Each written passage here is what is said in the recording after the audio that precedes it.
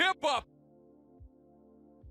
Hey, what's up guys? It's Will with Exposing the IWC, and today we're going to catch up on the damage control story. The last time I touched on the damage control story, Dakota had just turned on Bayley. Yeah, it's been a minute. Since then, I think the story has been pretty good. Let's break it down. Bayley, in an interview with Kayla, talked about her current struggles. She can't believe how things have turned out.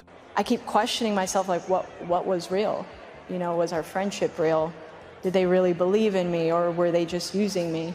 She feels betrayed by Dakota. Kayla addresses the elephant in the room. There are people who believe she's getting what she deserves. I'm one of those people, by the way. Bayley says she did those things for the attention. She wanted to get to the top. She also says she did it for her girl. She would do anything for them, even if it meant hurting people. Sounds like a great person.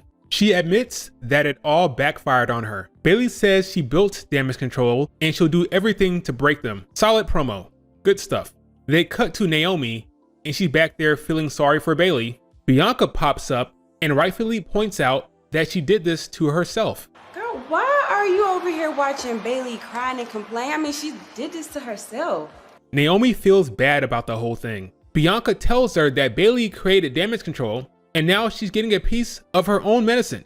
The bully is getting bullied by her fellow bullies. Naomi references her old faction Team Bad, and she says she understands what it's like when things start breaking down.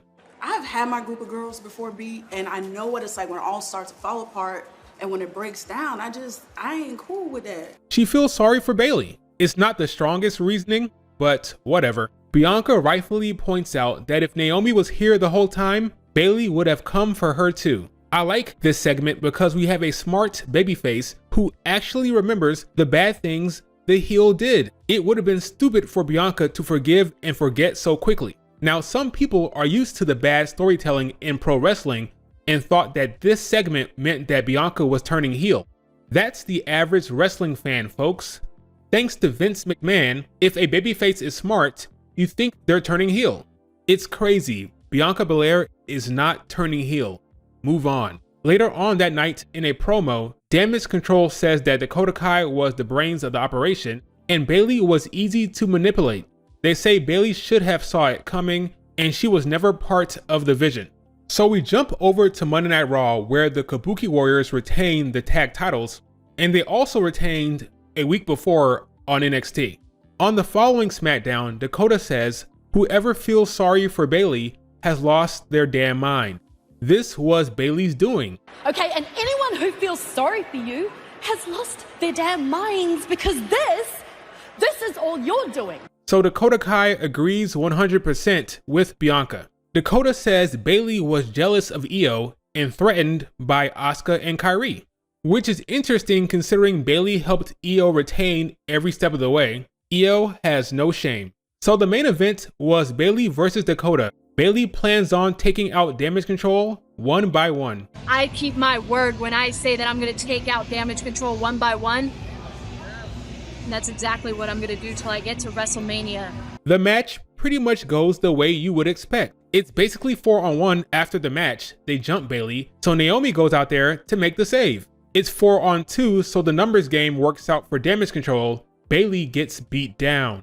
The crowd starts chanting EST. These dopes must have not watched the show the previous week. Bianca does not want to get involved and she does not want to help Bayley. They're telling a story here.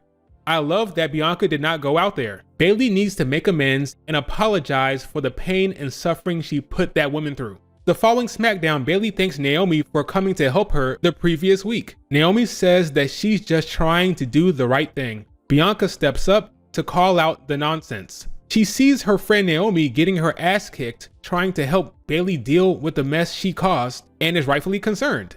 She calls out Bayley for her past actions. You didn't mean it when it was Naomi, but I bet you meant it every single time I got attacked by you and Damage Control for the past 2 years. Actions she's yet to apologize for, may I add. She calls her out for not actually being sorry and says she deserves what's coming her way. Bayley, for the first time, acknowledges what Bianca is saying is true. All right, Bianca, you think I don't know all these things? I was there. I've lived through this. She says, "You think I don't know that? This is some progress." Bayley thinks she kinda deserves what's happening to her. Bianca is holding Bayley accountable for her past actions.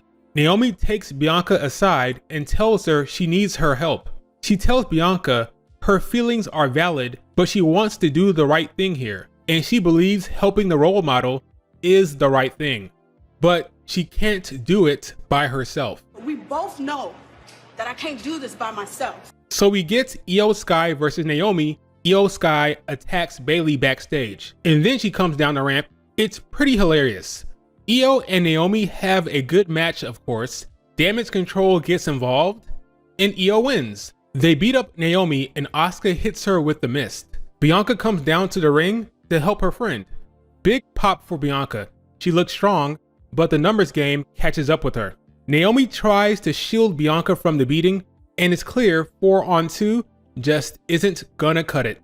Damage Control stands tall. The babyfaces have to even the odds somehow. I wonder how they'll pull that off. Well, anyway, after the segment, they show a Jade Cargill vignette. She's going to make her SmackDown debut next week. I think we all know where this is going. In the end, we see Bianca backstage trying to get the mist out of Naomi's eyes, and Tiffany walks up to give them some shit. So we have Bianca versus Dakota Kai scheduled for next week. This will most likely be where they force Jade Cargill into the story. Hey, Bianca, I know you've had my number since day one, okay? We've been entwined since then, but you know what I have that you don't? A crew. I mean, what else is she gonna do? She'll be involved with the Damage Control story. They'll do this whack-ass 6-woman tag match to get everyone on the card. So yeah, that's the Damage Control story, folks. I like the story. I don't like the idea of a 6-woman tag match at Mania. The match has no stakes, and it's lazy booking. What are your thoughts, guys? Are you enjoying what's happening? Do you like where the story is going? Are you happy Jade will be involved? Let me know. Remember to like and subscribe, and I will talk to you later. Keep up!